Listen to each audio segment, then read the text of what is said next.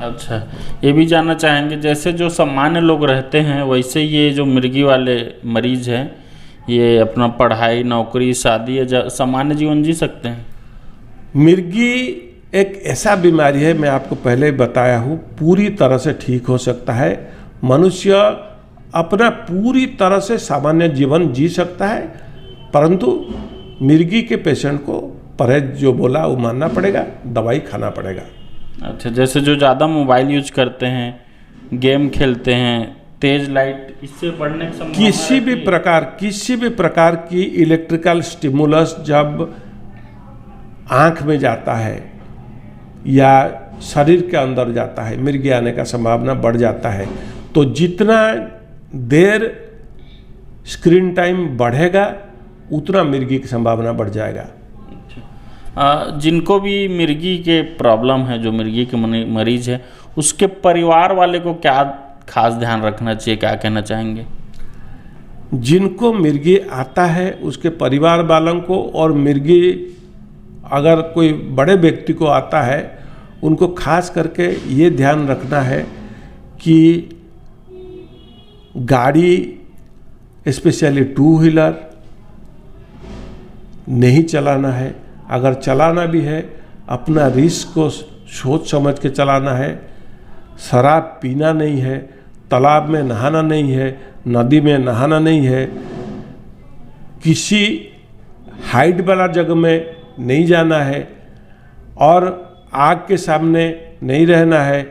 किसी प्रकार की बिजली के ऊपर किसी भी प्रकार की बिजली की उपकरण को ज़्यादा उपयोग नहीं करना है। इसका टाइप्स जो होता है वो थोड़ा अलग अलग प्रकार के टाइप होता है।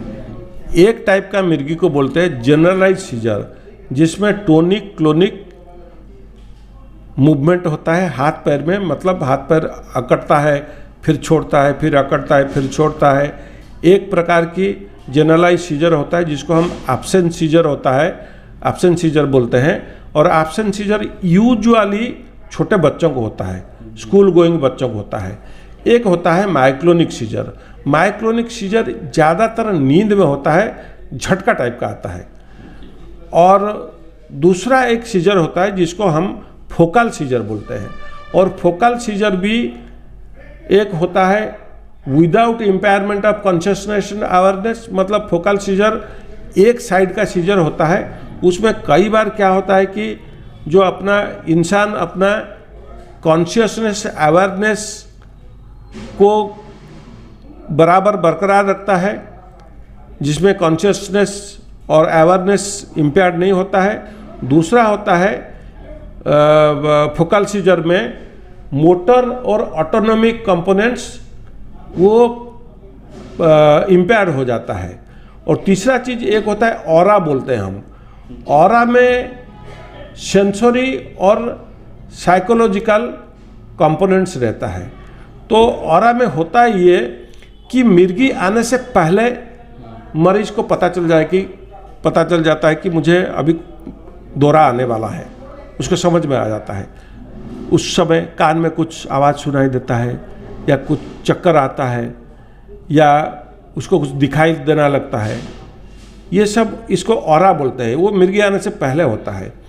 एक तरह का प्रॉब्लम मिर्गी में होता है जिसको हम पोस्ट एपिलेप्टिक साइकोसिस बोलते हैं। मतलब मिर्गी के झटका आने के बाद थोड़ा सा मानसिक बीमारी के लक्षण दिखता है। पेशेंट कुछ ना कुछ बकता रहता है, बोलता रहता है, या घबराता रहता है, या गुस्सा करता है, भागता है, दौड़ता है। इसको पोस्ट एपिलेप्टिक साइकोसिस बोलते हैं। और एक होता है complex partial seizure. Complex partial seizure मतलब एक साइड में सीजर होता है, लेकिन वो फिर उसका लक्षण जो है पूरी सीजर का लक्षण उसमें होता है। एक होता है complex partial seizure secondary generalization होता है, मतलब पहले एक साइड में मिर्गी का अटैक आएगा, फिर धीरे धीरे पूरा बॉडी में मिर्गी का अटैक आएगा। ये कुछ टाइप्स है मिर्गी के। और फिर और कुछ क्लासिफिकेशन है, जैसे कि एज वाइज मिर्गी का क्लासिफिकेशन होता है। एक को बोलते हैं बिनाइल फैमिलियल नियोनाटल सीजर, मतलब बच्चा पैदा होने के बाद उसको मिर्गी आता है, उसको बिनाइन फैमिलियल नियोनाटल सीजर बोलते हैं। एक होता है epilepsy during infancy, focal scissor उसमें होता है। फिर एक होता है फिब्राइल सीजर, मतलब छोटे बच्चों को जब बुखार होता है उस समय उनको मिर्गी आने का ज़्यादा संभावना बढ़ जाता है। और एडल्टहुड एपिलेप्सी में किसी भी प्रकार की एपिलेप्सी हो सकता है, इवन एब्सेंस एपिलेप्सी भी बड़े लोगों को हो सकता है। एब्सेंस एपिलेप्सी में छोटे बच्चों को अगर एब्सेंस एपिलेप्सी होता है या बड़े लोगों को अगर एब्सेंस एपिलेप्सी होता है, उसका एक मेन लक्षण होता है कि इंसान कुछ सेकंड के लिए एकदम चुप हो जाता है, उसको कुछ समझ में नहीं आता है, वो एक टक देखता रहता है। चलो, मिर्गी के बारे में बताया सर, बहुत अच्छा लगा और अपना इतना कीमती समय दिया उसके लिए पुनः धन्यवाद।